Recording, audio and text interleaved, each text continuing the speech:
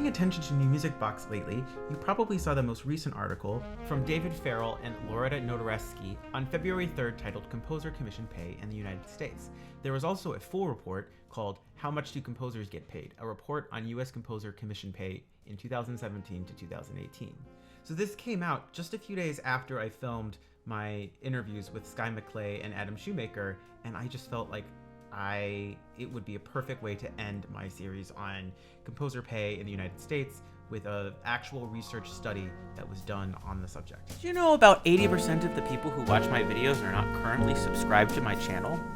Did you also know that about 60% of the people who watch my videos come from some sort of external source like Facebook? So please, if you like my videos, subscribe to my channel. It really helps a lot. If you like the video, like it. It helps with the Facebook algorithm. And finally, if you want to hear something new, or if you want to comment on something I said, please leave a comment.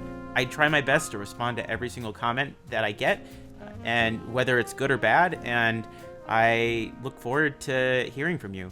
This community is why I keep doing this, so thank you so much for being a supporter. I've gone through the full 26-page report, and I was able to interview David and Loretta to get their perspective. Hi, my name is David Farrell. I am Assistant Professor of Music at Metropolitan State University of Denver, and I'm a composer. Hi, my name is Loretta Notareschi, and I am Professor of Music at Regis University in Denver, and I am a composer. Their methodology was pretty simple. Find as many composers to answer their survey as possible. It's also important that they needed to find a diverse mix of composers from different regions, who made different amounts of money, who are at different stages of their career. Unfortunately, it's hard to find all these different types of composers, and marketing was very challenging. They were unsuccessful in distributing this through national music organizations such as New Music USA, American Composers Forum, which were both going through transitions at the time, and ASCAP and BMI, who did not even respond to their emails. They used various social media options such as Facebook, as well as emailing professors of composition in various departments across the country, as well as their own academic networks. When you think about composers, there's not like one place where you can find all of us, right? Like there's not like one organization that everybody belongs to. Writing music is such a big profession, and there's a lot of people who do it in different spaces in different ways. And so even if we did have, the mailing lists of an organization like ASCAP or SCI, like that doesn't get everybody. And so I do think that is a challenge to just find the people, to reach the people, let alone once you reach them, convincing them that it's worth their time and energy to complete the survey. Yeah, I mean, I think the fact that more than 400 people actually started our survey actually is not bad, that given the distribution list we were able to put together manually, and then the Facebook ads, and then our own personal, Facebook posts that people shared and stuff. So, it felt very hard to get the survey out, but in the end, a lot of people did at least open it and start it. And then, about a few over 200 people actually completed all the questions. Yeah. I don't know what an ideal number. I mean, again, this goes down to just like available information. Like, how many composers are there in the United States? Like, we don't know the answer to that. Nobody has that data, and so it's hard, I think, for us to even frame what is a great response to this. So it's difficult without the information. Yeah, one thing we commented on in our report is that it's impossible to comment on the statistical significance of our survey because of that fact that we cannot know how many composers there are in the United States. And it wasn't for lack of trying. We did research for that number in a lot of different places, and it just doesn't exist. Mostly for that kind of thing, you would look to the Bureau of Labor Statistics, the government survey. But they don't separate out composers; they lump them in with music directors, and so and I mean, getting that number from ASCAP and BMI, I'm sure would be very helpful. But again, they didn't answer our requests, and I think the fact that they don't put it on their websites means that they keep that number confidential. The crux of their question wasn't necessarily what should composers get paid, it was what do they actually get paid. Many of the other resources out there, such as New Music Boxes and American Composer Forum's pricing sheets, are vastly inflated to what our own perceptions are of the field. And since people are not openly discussing these topics, it can be really challenging to know where to start, particularly for those who have entered the field in the past 10 years. Yeah, I mean, the calculator was a starting place for us as well. Like, well, what about this calculator? Like, is this really realistic? And in our anecdotal experience, it has not been. And so that was an inspiration for us as well. And I'm really happy that New Music USA went ahead and published our article, even though it contradicts their calculator, right? I mean, that's a real concern. We don't want people to be paid less because of our survey. But on the other hand, we wanted a realistic picture of, well, what is the reality? You know, what are people getting paid? Right, like people are getting paid less right now, and hiding that does not really help anybody, right? Hiding the fact that there's a bunch of people who write music for free or for low compensation fees, like that exists. And so, you know, I think it's just a better world where we say, hey, yeah, that's a thing that happens. You know, maybe we can try to think more about it. They mostly focused on the demographics in various categories on a per minute rate. In my YouTube stuff that I've been working on, I've interviewed a number of people at this point, and it seems like the common factor is that a lot of people, when they're determining their pay, aren't thinking about what is their per minute rate, but they're thinking about what is their yearly pay, and that's kind of how they determine some of their rates. And I know that yours wasn't like what composers should get paid, they're what composers are being paid. And I'm wondering if you thought about that aspect of, because I know you collected in the survey, it does say this is like how much commission income was received over time, but I was wondering what your thoughts were on that. So that statistic you're talking about, I think the $45,000 one, is that the one you're referring to? Yeah, that actually came from Joan Jeffrey's 2008 study, Taking Note. And she, in that survey, asked composers what their yearly income was, and then asked them to say how much of that was from commissions and how much of that was from other sources. And so that was already, you know, that survey is 13 years old now, so that number's kind of out of date. But also that was where we got that. We did not ask about yearly income in our survey. It's an interesting question, though. You're right. I mean, we could have, but we were very focused just on commission income specifically, and so that was just outside of the scope of what we asked about. Yeah, I think it's very possible that is a big factor for some composers. I think that would be an interesting question to ask more people.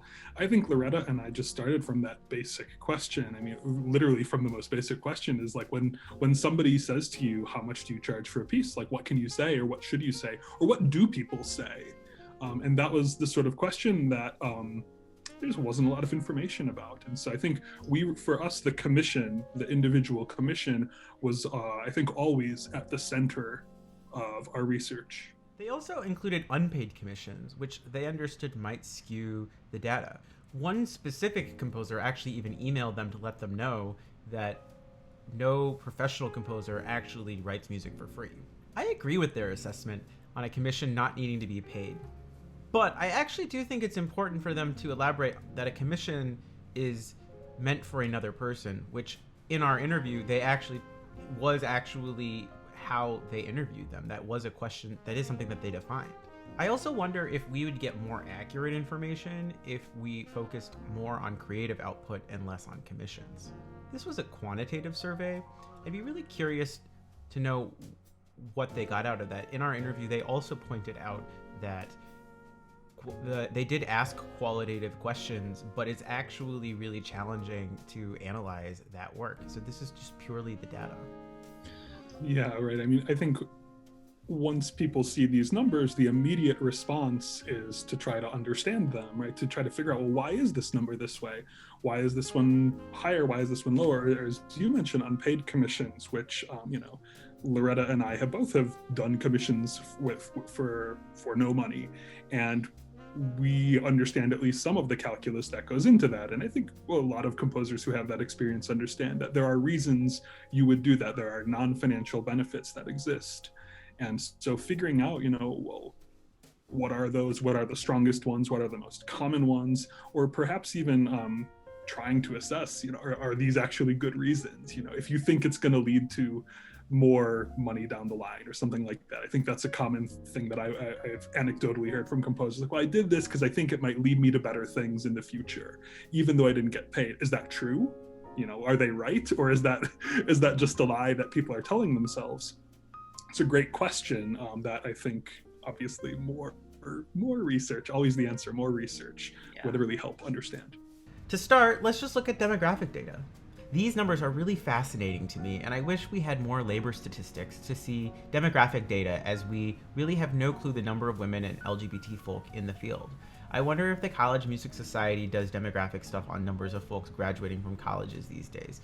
I feel like the way people talk about gay people is that there are many more of us than how I actually feel, and these numbers support that. As we move towards other demographics, they did a good job of finding composers from many different ages and locations, but what really seems to be lacking from this is a good race and ethnicity makeup, with 86% of the people who responded being white. This may not actually reflect the reality of our field, but because of the low sample sizes, there are certain outliers. Now I'd like to look at the data.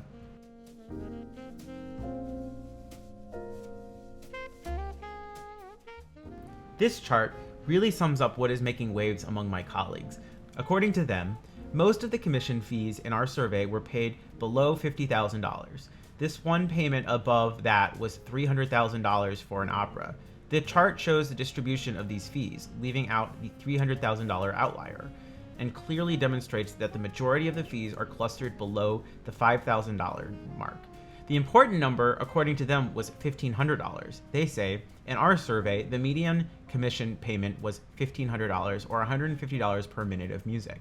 Stated another way, half of the commission payments were above $1,500 and half were below. And fees are not a bell curve, right? They're not. It's not average. It's not an average distribution. It's a much different kind of distribution, right? There's, the big scatter plot, right? There's a big concentration, and then it trails off into the people who are making a lot. And there's a good number of people who are making a lot. So that's a thing to know, right? It's not like, oh, there's a lot of people in the middle and then there's some people really low and some people really high. It's a little bit different than that. Yeah, the data is very asymmetrical. Of course, types of work is different than others. It is much harder to write a 10-minute orchestra piece for me than it is to write a 10-minute solo violin piece. By genre, they reported the following. Looking at it, there is definitely major pay disparities among genre, but I wonder if this info is available for the theater, incidental, and dance categories, because these numbers don't take into consideration other income that is received from mechanical rights and stuff, which often might be separated from commissioning fees. Since they didn't mention royalties in their work, I wonder if jazz composers make more fees from performing fees and royalties, as I have been under the impression that there are less jazz composers that are only composing, not also performing their own work. This info is also very helpful because it points out that most composers' commissions come from solos, but that certain ensembles pay more or much less. I was aware that choral composers are charging nearly 4 times more than the average commissioning fee. I also think one piece of data that is missing here that would be helpful wouldn't be just the per minute fee, but how long these pieces are. According to this chart, a choral work are on average about 5 minutes long, while orchestral works are just about 13. This isn't surprising at all, but I wonder what is more helpful info, that choral composers get paid more per minute or orchestral composers are getting paid less hourly. In my experience, it takes much longer to write a 13-minute orchestra piece than it would to write a 5-minute choral piece. When I spoke with them, we talked a little bit about piece duration, and we also talked about how long composers might take on something. And I know that it wasn't part of their survey, but I definitely think they had some interesting things to say. It's like, well, there are people who are going to spend like months on a 5-minute violin piece if it's really technical. And, I imagine the pieces with 4 pages of instructions at the beginning, right? Compared to somebody else who could write a 10-minute band piece in a week. I could also imagine that too. So. Yeah, it's very much its own world, choral composition. And I was really struck by the fact that the choral music field paid the best in terms of a per minute rate. And I also found that interesting in light of the fact that a lot of choruses have amateur singers and they do not pay the singers. But sometimes the singers actually pay a dues to be in the choir. So, so perhaps they're compensating the composers better, but, are they compensating the singers? So that was, again, beyond the scope of the study. But another area that I think the article had a lot to say on was paid versus unpaid commissions. One area that they didn't ask was what percentage of these free works are written for friends and colleagues versus written for various institutions. I think it would make a big difference. Really quite interested in these outliers, as I feel like the artist diploma and no degree folks are making way more. I wish we had more context to explain that. Also of note, that permanent fee of master's and doctoral degrees, I wonder if this is a case too. Does it give to us an argument towards getting a doctoral degree? That said, the total fees are only $4,000 for those with doctorates, which is not very much. I imagine that having a teaching job is a factor here, but those highly paid composers with no education, I'd be curious if they studied in other ways, opted out of university education, but still studied with a composer. The other area that I wonder about, as I mentioned before in the demographics section, I'd be curious if that was 2010 to 2014 and 2015 to 2019. I imagine that those folks just starting out are charging less than this, but those who are 5 years into it are probably closer to this number, as a multivariable analysis would also tell us the music degree and the date of commissioning income. I took 3 years off between my master's and DMA, and was on average getting about $750 for a commission, regardless of length. There were a few commissions that were higher and a few that were lower, and that would have been the years in question, but when I graduate with this DMA, I can imagine based on my current experience that this number would be higher. The other challenging thing about this data is that the question is about time since degree is misleading. If you take time off between degrees, such as in my example, or those who take more than that, you might have built a career between degrees that indicates a higher rate than those in school. I guess the other question would be, what kinds of institutions did you go? I'd be really curious if those who go to elite schools are making more or less, or what. I mean, broadly, our results showed that like experience, the more experience you have, the better compensated you are, right? So I think in just about all of the ways we measured it, that seemed to show up. And so do I think that? I mean, I think the way our data set looked, yeah, it showed up in most of them. So would it be pronounced? I don't know. I don't know if there are significant markers, right? Our data wasn't that granular. So it wasn't like, oh, you know, actually after 13 years, that's the point where people really flip. I mean, we don't know that. And so if you said break those in 5 and 5, my intuition from our data, and this is intuiting, obviously this isn't based in real numbers, but my intuition, all the disclaimers, my intuition is that, sure, the 5 most recent years would probably be less compensated than the 5 preceding because that matches everything else that we saw. Figure 26 really explains what I've been saying in some of my other videos. If you have a waiting list of commissions, you probably are charging more than those who don't. It seems striking the large difference between composers before 1980 making 15 times more than those who are younger. I get experience, but I also wonder a few things. How many older composers are left out of this discussion because they left the field because they didn't get to that point in their career and it was not financially viable? Not a good question for this survey, but certainly something I'm wondering. So this is striking. There is no surprise that someone with an agent is able to negotiate higher fees and actually do the work to find those paid gigs, because it's in their best interest, as is usually their pay is tied to that. I wonder if this is more because those with agents are further on in their career with more national, international recognition, or if it's because a professional agent has the negotiation skills to get composers fair prices. I'm also really curious about publisher info. I wonder if having a publisher made a big difference. I think really striking here is the pay difference between men and women. I don't think we have enough data about trans, non-binary, and other categories to make any assumptions there, but I do think it's quite fascinating that women are making more than men. I also think as a gay man, I find it really frustrating that there is a not insignificant pay disparity between LGBT and heterosexual people. The two categories here that actually seem to make a big difference are the number of years with commissions category and the ones with composition agents. I wonder if some of these folks actually are not reporting pieces they wrote for free because they don't want to consider them commissions. So yeah, when you ask about like what should the definition be, I mean that's a sort of a challenging semantic question, right? That I find moderately interesting. I mean, I think Loretta's point is really well taken, right, about a gift here, and the idea that there is an exchange, right? An unpaid commission is still an exchange, right? Oftentimes it's my time for your time, my musical energy for your musical energy. Sometimes it's financial, sometimes it's not. I mean, is being paid the most important thing about a piece of music? Is that really, you know, when I think about the word commission, right, I've been educated and I came up in the classical music world enough to know that, yeah, I associate commission with being paid. right? But I think as I think about it more and reflect on it, say, well, wow, is that really the measurement? The most important measurement that we could describe a piece is, did you get cash for it? I kind of don't think that that should be the value to me that is the most defining thing. And it seems kind of exclusionary and I don't know, a way to make an us and a them that doesn't need to be there, right? Well, hey, I'm a paid composer. I'm a professional. I'm not one of these amateurs who sits out there and just writes music for nothing. I get paid for it. And that's a meaningful distinction, and money is a real thing and it matters in the world. And so I'm not going to say that it doesn't.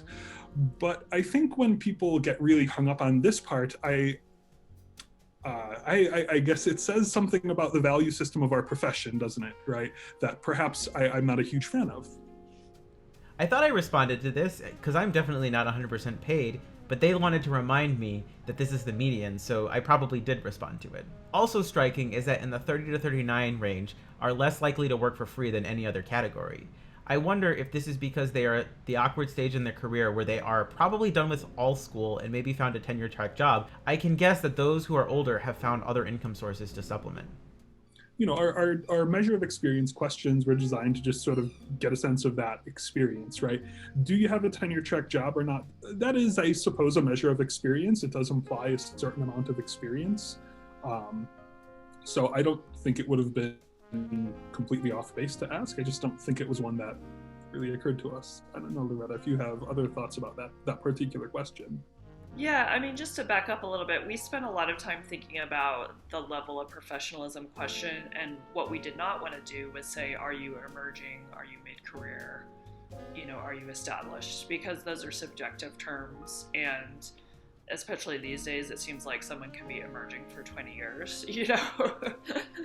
And so we wanted to ask things that did have an objective answer, like, you know, what is your degree? How long ago did you get your first commission? How many years do you get paid commissions, and so forth? So whether or not you have a tenure track job would seem like a level of a question about how established you are, but not necessarily how experienced you are. Because as we know, there aren't enough tenure track jobs, and there's a lot of people out there who are very highly educated and very accomplished who work more as a contingent faculty member, if they're in academia at all. And so I guess as part of a complete picture, that could be a good question, but it wasn't one that we kind of thought of. To bring this back, I wanted to take what they said and add my own thoughts to that. They said, a handful of facts stood out to us as significant conclusions to this study. The first is that the median commission fee for all compositions was $1,500 or $150 per minute. Second, while commission fees were generally under the interquartile cutoff of $9,250, there was a sizable portion of outliers, around 11% of works, whose fees were between $9,250 and $50,000, or sometimes even greater. Third, as can be seen in this graph, commissions for small groups or soloists were more likely to be unpaid or for small fees in contrast. These outliers seem to be where much of the New Music USA data comes from. I've heard a number of arguments that young composers should charge more as to not cheapen the field for those more established, but that advice seems pretty ludicrous since younger composers are getting paid less and less often. This is where I think adding awards and accolades, tenure track jobs, and other career moves that leads to these situations would help in their survey, as it really does seem like demographics are the most significant reason to pay disparities. It seems what is getting composed and composer circles is an important part of this. They say commissions for large ensembles were more likely to be paid and to command larger fees.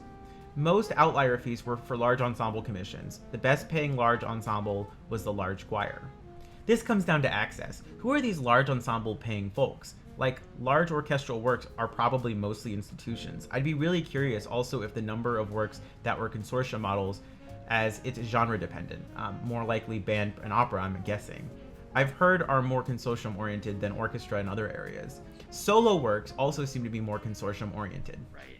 Like some people might spend a lot of time obsessing about every note of a solo. And it could be, if that is their only commission, they have the luxury of time to do that. If it's not, then, you know, maybe they're calculating their time very differently. Composer time as a metric is an interesting one to think about.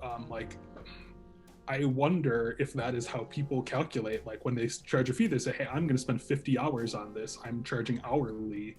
and then I'm going to stop writing it or it's going to be done. I don't know. I mean, I will say I don't think of commissions that way, but I can imagine people do.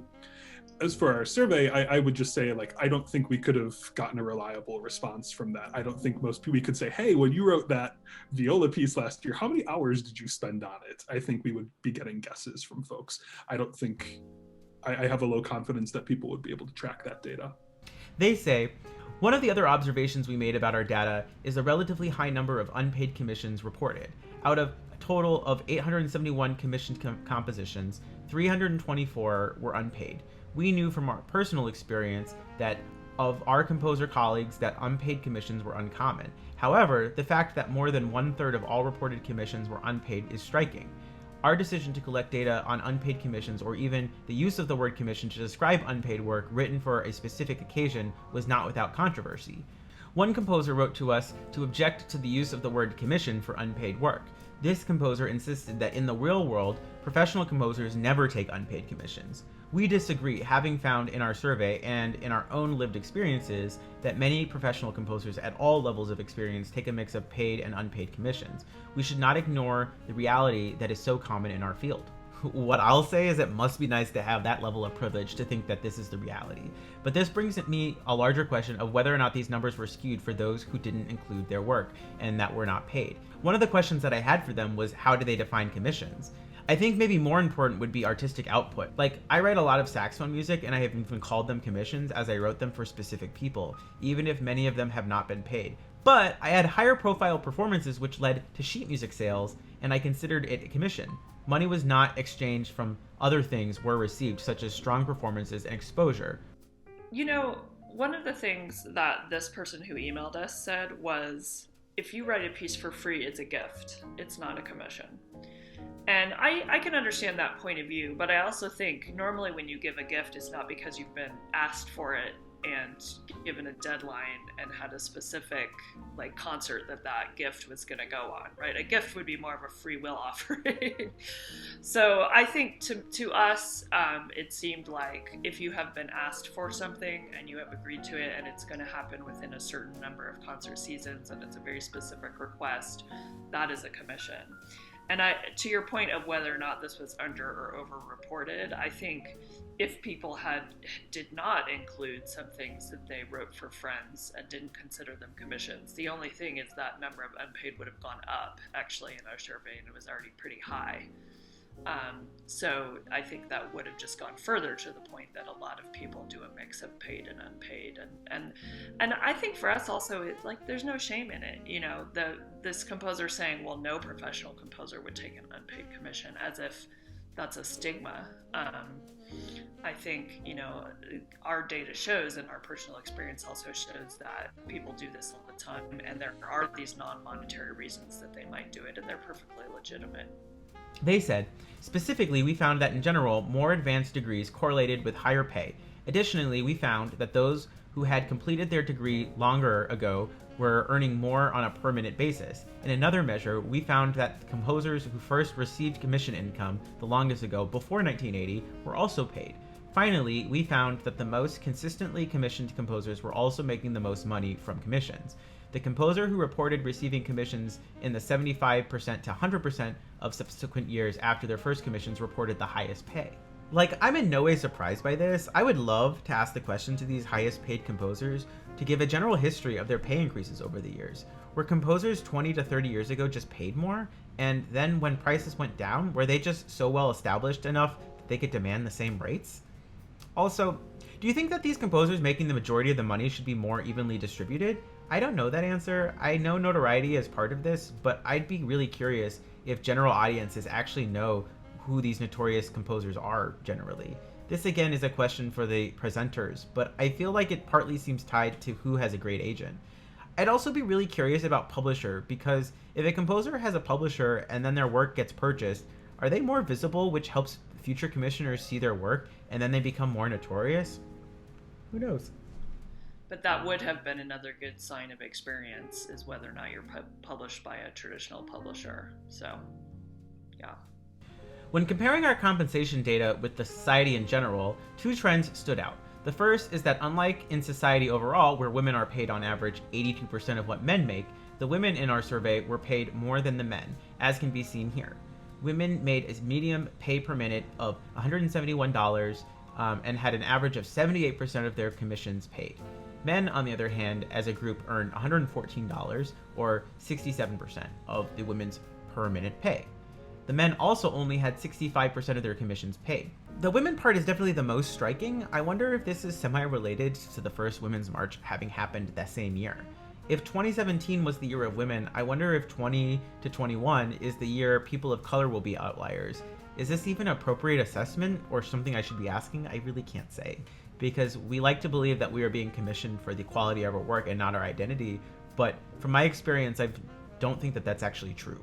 When the N was so small, we didn't want to put any conclusions hanging on that, right? Because if there's only 2 people, that's a really low number, and we didn't want people to be like, oh, all African Americans are better paid. It's like, well, these 2 were, but we don't know why. That's actually why I'm asking the question, is because the thing that I noticed, like, if you read this and you didn't hear what you just said, you might make the assumption African Americans are actually paid more than their others. But if you don't actually look at the data and see, wait, there's only 2 people, and they're also on the older end of the spectrum, like, for all I know, the 2 people that responded are the 2 highest paid, African American composers total. I mean, interpreting data is complicated, right? This is part of 21st century life. We have so much information, and how do we interpret it?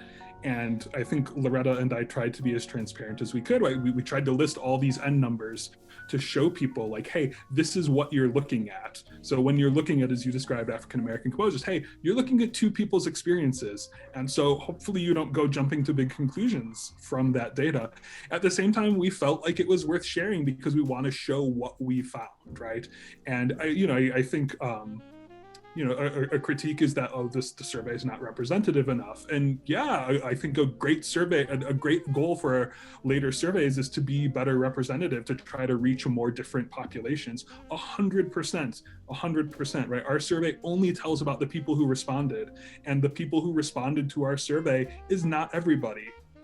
And so future surveys, future goals, future surveys, I think one of the best goals to have is to reach more people, because more people gives us better data. Absolutely.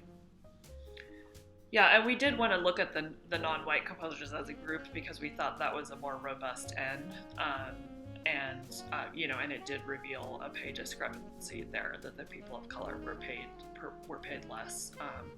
And that of course tracks with the experience of society at large. Now, the women versus men number was the opposite, right? The women in our survey were better paid, and we're really curious, well, let's look at those women. Did they have more experience? Were they writing larger ensemble pieces? What were the reasons? But we weren't able to do the multivariable analysis, so that sort of remains to be done. And I'll actually tell you something interesting that was personal for me.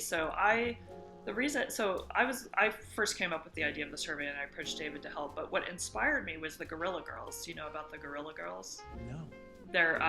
They're in the visual art world, and they look at things like how much women and people of color versus white people and men are paid for paintings, paintings that are sold. And there's terrible pay gaps in the visual arts world, as well as like representation in museums, which is comparable to representation on concert, programs for music.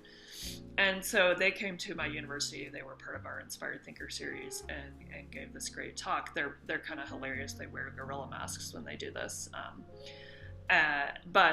Anyway, they inspired me because I thought, well, who are the Guerrilla Girls for music? We should find out if there's a pay gap, right? And then to my great surprise, we found out that the pay gap went the other way among our respondents, right? But you have to go where the data leads you, right? And, we can't make up data. So that was the reality for these people. But it's a snapshot in time. It's just one snapshot. And, we should take more snapshots over time to try to get a better, more robust data. Right, and to piggyback off that, I mean, there's data, of course, in culture at large that says women are compensated less than men for just about everything, right? I mean, that's speaking broadly.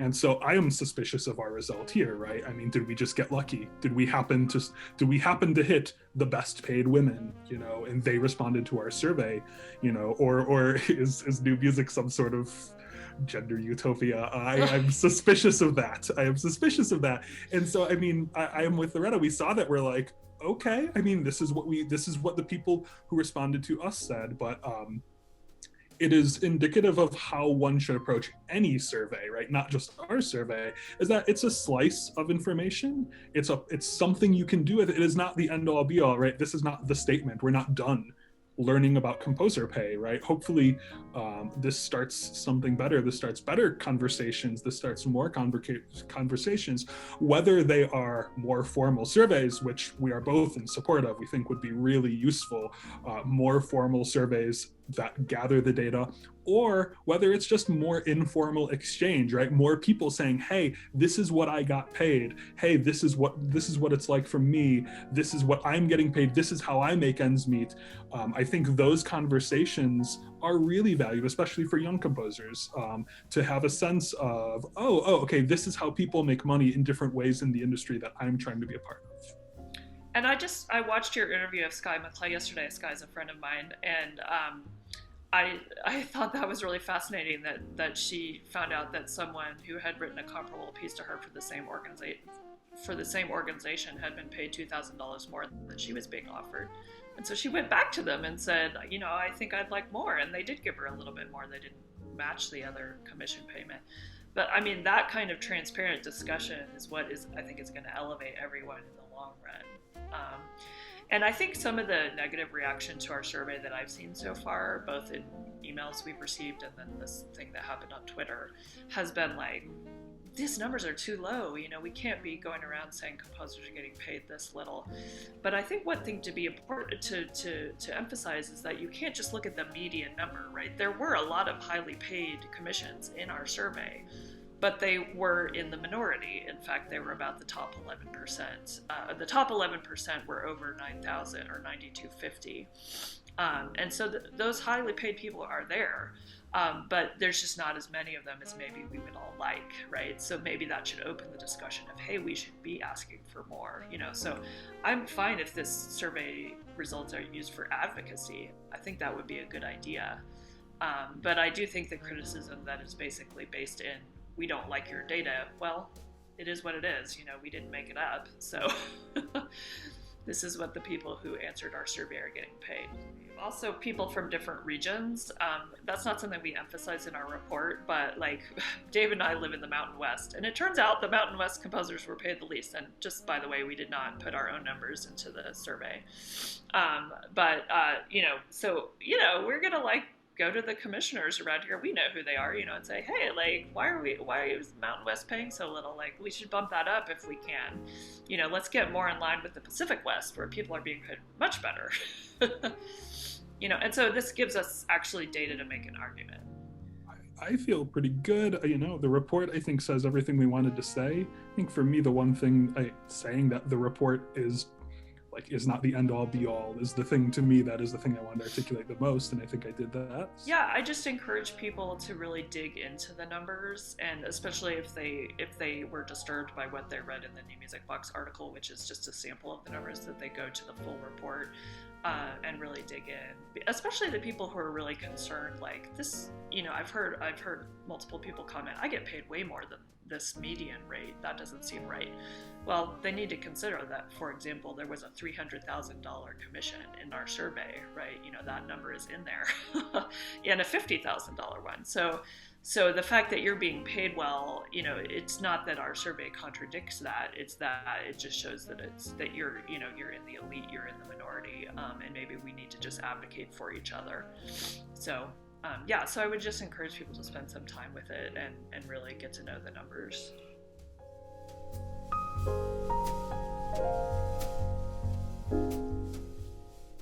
So I wonder, where does that leave us? I think if we start thinking about money and we start asking these questions, how much are we actually getting paid?